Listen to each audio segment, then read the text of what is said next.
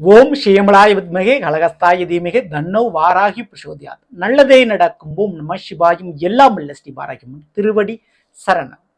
இன்றைய பதிவில் சிம்ம ராசியில் பிறந்த நண்பர்கள், வாழ்க்கையில எந்த விதமான ஒரு முயற்சியும் பண்ண முடியல, ஏதாவது ஒரு முட்டுக்கட்டை வந்திருக்கு, குழம்பி போயிருக்கு, எந்த ஒரு முடிவும் என்னால் எடுக்க முடியல, எந்த ஒரு முயற்சியும் என்னால் பண்ண முடியல அப்படின்னு புலம்பிக் கொண்டிருப்பீர்கள். காரணம், உங்க ராசியில ஜென்மத்தில் இருக்கக்கூடிய கேது பகவான்.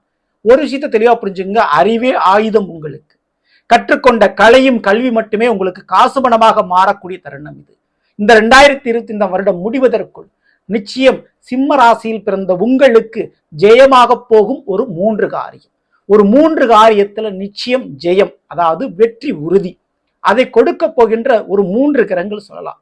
என்ன காரணம் அப்படின்னா, இந்த குருவனுடைய பெயர்ச்சி, செவ்வாயினுடைய பெயர்ச்சி சிம்ம ராசிக்காரங்களுக்கு பெருமளவு ஒரு நன்மையை கொடுக்க போகுது. ஆமாங்க, இந்த 2024 வருடத்துல இப்போ அக்டோபர் மாசத்துல நம்ம பயணிச்சுட்டு இருக்கோம். அக்டோபர் மாசம் 18ஆம் தேதி குரு பகவான் உங்களுடைய சிம்ம ராசிக்கு 11ஆம் இடம் மிதுனத்துல இருந்து இடப்பெயர்ச்சி 12ஆம் இடான கடகராசிக்கு வந்து சேர்ந்துடுறாரு. ஸோ 12ஆம் வீடுங்கிறது சிம்ம ராசிக்காரங்களுக்கு பொதுவாக ஜோதிடத்துல வெளிநாடு, வீடு சம்பந்தமான காரியங்கள், மாமியார் வீடு, இந்த 3 விஷயத்திலும் ஒரு நன்மை வெற்றி உண்டு. அதுக்கு அடுத்தபடியா செவ்வாய் பயிற்சி அக்டோபர் 27ஆம் தேதி துலாம் ராசியிலிருந்து விருச்சிக ராசிக்கு தன்னுடைய ராசியில போய் ஆட்சி பெற்று அமரப்போறாரு. உங்களுடைய சிம்மத்திற்கு அது 4ஆம் வீடு. படிப்பு விஷயத்திலும் சரி, நிச்சயம் ஒரு வெற்றி உண்டு. சரியான ஒரு வேலையால் சரியான ஒரு தொழிலில் ஒரு லாபம், முன்னேற்றம் உண்டு. ஓகேங்களா, தொழில் காரியமும் படிப்பு விஷயத்திலும் ஒரு வெற்றி உண்டு கண்டிப்பா சிம்மராசிக்காரங்களுக்கு. அடுத்தபடியா இந்த செவ்வாய் 4ஆம் பார்வையாக ராகுவை பார்க்கிறார். உங்களுடைய சிம்ம ராசிக்கு 7ஆம் வீட்டுல இருக்கிறார் அந்த ராகு.